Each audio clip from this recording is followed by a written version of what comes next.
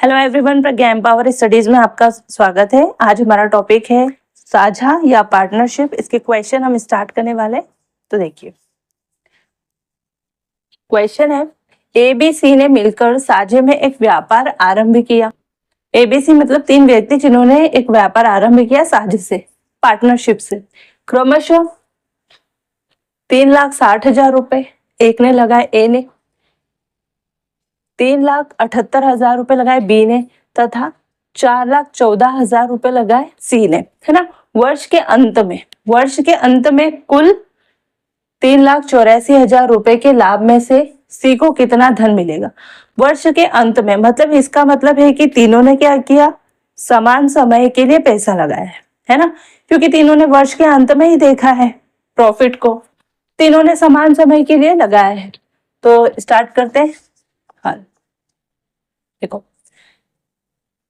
A B C द्वारा लगाई पूंजी का अनुपात, कैपिटल का अनुपात क्या होगा, इस ए का क्या होगा, 3,60,000 रुपए अनुपात है ना, ए अनुपात बी अनुपात सी। या हमने मान लिया कि इसकी लगाई गई पूंजी x है, इसकी लगाई गई पूंजी y है और इसके द्वारा लगाई गई पूंजी z है। तो यहाँ पर अनुपात लिख दो, x अनुपात y अनुपात z में। अगर अपन ऐसा लिखते ना, दिया है तो मैं तीनों चीजें लिखती तो उसमें ना थोड़ा स्पेस कम हो जाता है ना। तो आप लिख लेना, दिया है ए द्वारा लगाई गई पूंजी, बी द्वारा लगाई गई पूंजी, सी द्वारा लगाई गई पूंजी, है ना, equal to z, X Y Z, है ना। तो ए बी सी द्वारा लगाई गई पूंजी का अनुपात क्या होगा, एक्स अनुपात वाई अनुपात जेड क्या होगा, 3,60,000 अनुपात 3,78,000 अनुपात 4,14,000। तो इसको सिंप्लीफाई कर ले हम। सिंप्लीफाई करेंगे तो देखो, ये तो कैंसिल हो जाएगा, ये कटेगा 18 से, तो 18 दूनी 36, 0, ये 3 0 तो तीनों के कैंसिल हो जाएंगे, ठीक है। तो ये 18 दूनी 36, 0 अनुपात 18 दूनी 36 बचा एक, 18 कम 18, 21, 18 दूनी 36, 36 और ये 5 और 18 दिया 54, तो हो गया ना 20 अनुपात 21 अनुपात 23। अब ये और सिंप्लीफाई नहीं होता, मतलब इन्होंने जो पूंजी लगाई है उसका अनुपात क्या है ये, और इसी अनुपात में उनको प्रॉफिट मिलेगा, है ना। जब समान समय होता है तो जिस अनुपात में वो पूंजी लगाते हैं उसी अनुपात में उनका प्रॉफिट का उनको डिस्ट्रीब्यूशन होता है, उसी अनुपात में उनको लाभ का वितरण होता है। तो ये अनुपात है उनका एबीसी का अनुपात, है ना। ये इस अनुपात में प्रॉफिट का क्या होगा, वितरण होगा उनको, है ना, लाभ का वितरण ये लिख सकते हैं, एबीसी को लाभ का वितरण का अनुपात, यही होगा 20 अनुपात 21 अनुपात 23। अब क्या होगा, तीनों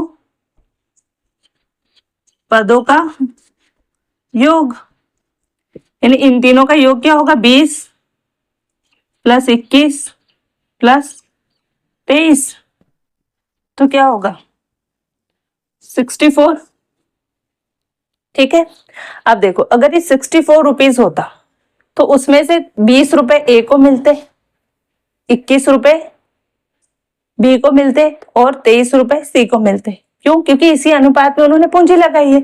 अगर लाभ ये होता या पूंजी ये होती 64 रुपए पूंजी होती, तो इसका मतलब होता है कि भाई ए ने 20 रुपए लगाए, बी ने 21 रुपए, या 23 रुपए किसमें, सी ने लगाए। इसी अनुपात में ये इनको लाभ का वितरण होगा। तो देखो, हमको क्या ज्ञात करना है, सी को जो लाभ हो वो लगाना है, ज्ञात करना है। तो 64 रुपए में से 23 रुपए किसके थे, सी के, है ना। तो सी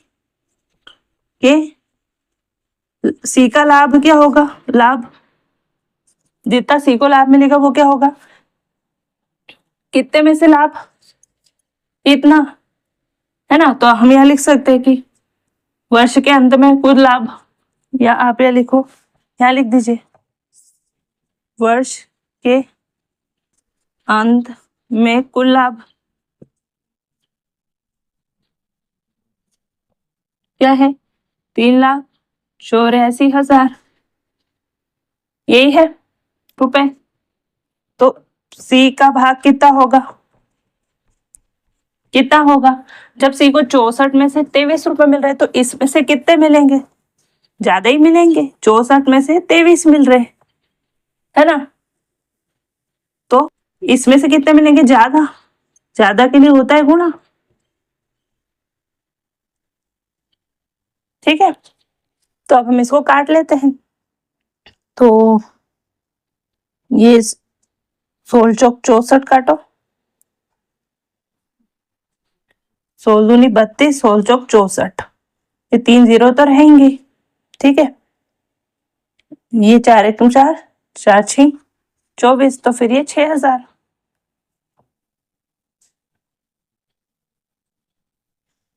तिरछी 138 रुपए। तो ये क्या होगा, सी का भाग, और सी का भाग ही सबसे ज्यादा होगा क्योंकि इसको 20 मिले, इसको 21 मिले, इसको 23 मिले। इसको याद रखने का कैसा तरीका, जैसे तीनों इनका योग कर लिया तो कितना हो, 64। तो समझ लो कि 64 में से इसको कितना मिला, 23 रुपए। या ये हो सकता है कि ये पूंजी अगर 64 रुपए होती टोटल पूंजी, तो उसमें से इसका भाग कितना, 23 रुपए इसने दिए, इसने सबसे ज्यादा दिए यहाँ, है ना। तो 64 में से 23, तो इस लाभ में से भी उसको उसी अनुपात में मिला है, तो लाभ में से कितना, या इसको इस तरह से लिख सकते, देखो 64 में से 23, है ना।